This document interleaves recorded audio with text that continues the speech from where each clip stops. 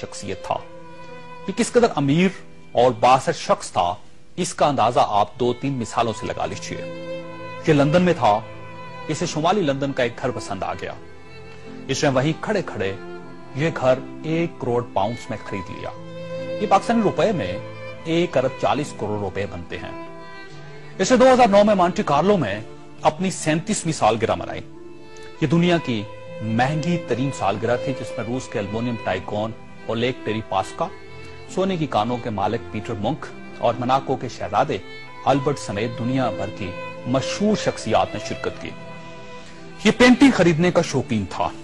इसके पास अरबों डॉलर के शाहपारे थे और ये तमाम शाहपारे इसके महलात में लगे थे। इसे 2006 में इजरायली अदाकारा ऑर्ली बेंसमैन अच्छी लग गई, तो इसने उसके गिर्द दौलत के अंबार लगा दिए। चुनांचे ये इसकी गर्लफ्रेंड बन गई और ये दुनिया की महंगी तरीन गर्लफ्रेंड थी। ब्रितानी वज़ीर आज़म टोनी ब्लेयर इसे अपना जाती दोस्त कहता था और इस पर 10 डाउनिंग स्ट्रीट के दरवाजे हर वक्त खुले रहते थे। ब्रितानवी शाही खानदान ने इसे कई बार बकिंगम पैलेस और विंडसर कासल में लंच और डिनर दिए थे। ये लंदन और पेरिस में प्ले बॉय की जिंदगी गुजारता था और इसे दुनिया जहान के कानून तोड़कर बहुत खुशी होती थी। इसने एक बार पेरिस की शांज़-एलीज़े पर 120 किलोमीटर की रफ्तार से गाड़ी चलाकर पूरी यूरोपीय दुनिया को हैरान कर दिया और पेरिस की सिटी हुकूमत कोशिश के बावजूद इसका चालान न कर सकी। ये लीबिया की इन्वेस्टमेंट अथॉरिटी का सरबराह भी था और यह अथॉरिटी दुनिया के किसी भी मुल्क में किसी भी वक्त 10 बिलियन डॉलर तक की सरमायाकारी कर सकती थी और यह एक बहुत बड़ा इस्तेहकाक था।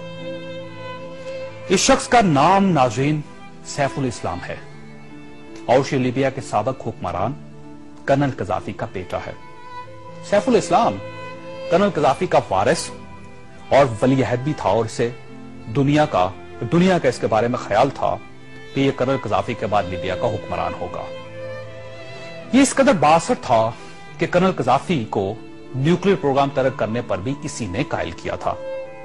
इसने बल्गारिया के उस मेडिकल ग्रुप को छुड़वाने में भी बड़ी मदद की थी जिस पर बच्चों को एड्स के टीके लगाने का इल्जाम था। बल्लर नाइट क्लब और लाकरोबी धमाके के मुतासरीन को मुआवजा भी इसी के हुक्म से जारी हुआ था। अब मैं आपको इसकी ताजा तरीन तस्वीरें दिखाना चाहता हूं। ये सैफुल इस्लाम 3 माह पहले लीबिया के छोटे से कस्बे अबारी में छुप गया। ये 2 दिन पहले 19 नवंबर को कस्बे के एक ऐसे कमरे से बरामद हुआ जिसमें बाथरूम तक नहीं था और ये बदबूदार पुराने कंबल में लिपटा था। इसकी उंगलियों पर प्लस्तर चढ़ा हुआ था और यह प्लस्तर भी इसने खुद चढ़ाया था क्योंकि इसे डॉक्टर तक की सहूलत हासिल नहीं थी।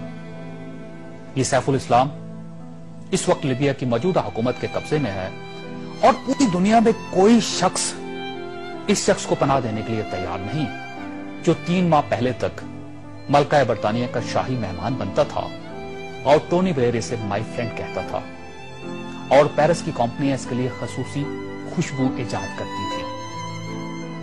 ये है सवाल और ये तस्वीर दुनिया के उन तमाम हुक्मरानों और इनके खानदानों के लिए इबरत का सबक है जो इक्तदार को सब कुछ समझ लेते हैं और जो इस ज़ौम में मुब्तला हो जाते हैं कि इनके इक्तदार का दरख्त हमेशा सब्ज रहेगा। ये तस्वीर दुनिया भर के हुक्मरानों से चीख चीख कर कह रही है कि जो हुक्मरान आवाम का एतमाद खो देते हैं उनका ये इंजाम होता है।